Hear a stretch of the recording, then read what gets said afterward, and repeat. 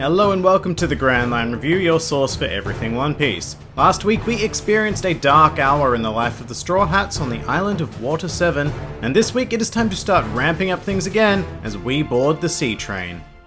So just to get this out of the way right at the beginning, the Sea Train isn't technically an arc of its own, and it's generally considered part of the Enies Lobby arc, even though its events begin during Water 7. So in reality, it acts as a sort of transitionary arc between Water 7 and Enies Lobby, but considering what comes out of it, I think it would be a shame to jam this story into my review of either one of those arcs, so here we are. The Sea Train portion of the story picks up immediately where Water 7 left off, as the Straw Hats pursue their former crew member Nico Robin to the judicial island of Enies Lobby. The arc takes place entirely at night, which I love because so very few arcs actually take advantage of differing times of day. And the Sea Train portion of the story also has the added bonus of constant rain, which adds a new texture to One Piece that we haven't previously explored, at least particularly well.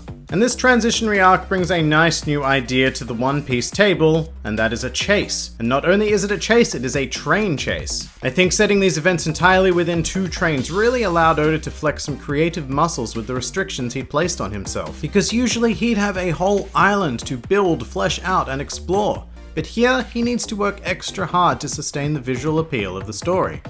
And of course, he succeeds phenomenally, staging fights in trains on top of trains and even on tracks in the sea with the threat of an oncoming train. And alright, I'm kind of getting sick of saying the word train now. So let's move on and take a moment to appreciate the combination of characters that are Franky, Sanji, and Usopp. This went completely over my head for a very long time, but what we have represented by these characters are a past, present, and future Straw Hat. So if it wasn't obvious already, this was a pretty damn strong sign that Franky was going to join the crew. But this portion of the story really belongs to Sanji in my eyes. I love any time that a Straw Hat member is forced to become the interim leader in Luffy's absence, and Sanji accomplishes that task extraordinarily well, as he leads the Robin rescue trio. And despite being saddled with primarily comical fights, he gets to show off some amazing action, particularly when facing off against Wanzi, who is an absolutely brilliant character. I don't think I really appreciated him when I first read through this part of the series, but in retrospect he is just amazing and fantastic value. His culinary ability creates a really interesting matchup for Sanji, who for the first and only time thus far in the series uses knives in combat because his opponent is food and the battleground is a kitchen.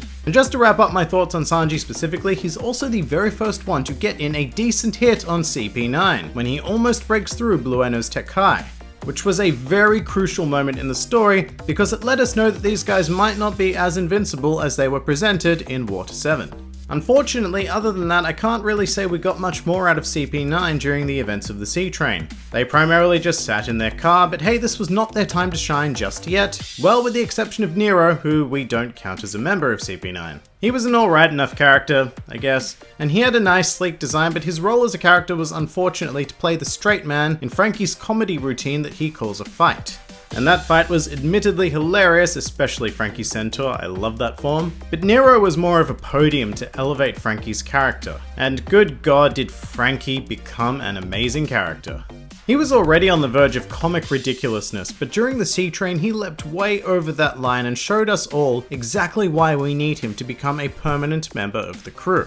And now we're going to get into the most important development of the Sea Train, and that is Saga King. The Saga King transformation actually marks the very first time I have just outright loved Usopp's design. He just looks amazing and absolutely owns this outfit. His comic potential as Saga King also skyrocketed significantly, with one of my favorite moments being when he encountered Luffy and Chopper, who were completely fooled and enamored by this quote-unquote hero. And Saga King is a character who benefits greatly from the anime because they gave him his own theme song and even his own opening. Plus the way Kappa Yamaguchi puts a nice spin on Usopp's voice while in costume is always hilarious. But the most important thing about Saga King is that this sets up one of the most iconic moments in One Piece, which will happen during the next arc, but it did so completely naturally while having a lot of fun with itself. It's just another example of really brilliant writing in One Piece.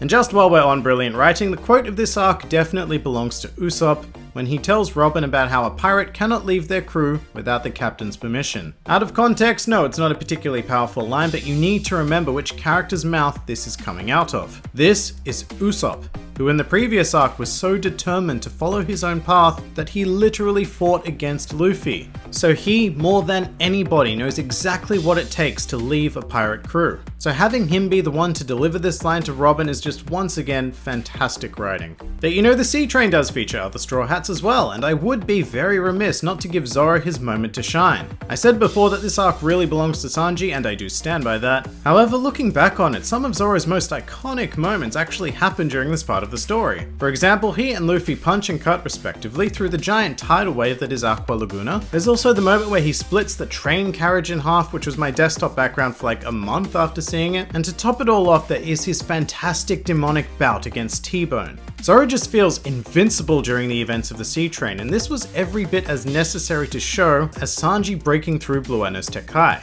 because it lets us know that yes, the Straw Hats aren't just some minor pirate crew anymore. They are strong, and yes, this is their biggest challenge yet, but they will rise to meet it. And the Sea Train also continued to develop the side characters introduced during Water 7, such as the Frankie family and Galila. But I think the side character who benefits most from this portion of the story is without a doubt Kokoro. During Water 7, she was sort of just there, and prior to Frankie's flashback, it wasn't clear why. But serving as the driver for the Rocket Man, Kokoro was really able to follow in the footsteps of Tom by aiding a pirate who is going to become the Pirate King. There's also a really nice hint to her actually being a mermaid, something we would shockingly discover during the next arc, but during the Sea Train events it is revealed that she can communicate with the frog Yokozuna. So in retrospect, we probably should have expected her to be a mermaid, but hey, this was a nice bit of foreshadowing. And that sort of stuff really is the entire purpose of the Sea Train arc. It serves as a transitionary piece of story, exploring characters, slowly throwing hints, and building in general towards the culmination of this saga. It's a really exciting and enthralling experience to go through after the events of Water 7, and I really have nothing but positive things to say about it.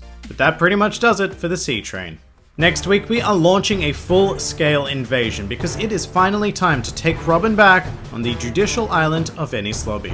If you enjoyed this video, then feel free to like, favorite, or subscribe, and please do comment with your thoughts on the Sea Train arc. This has been the Grand Line Review, and I'll see you next time.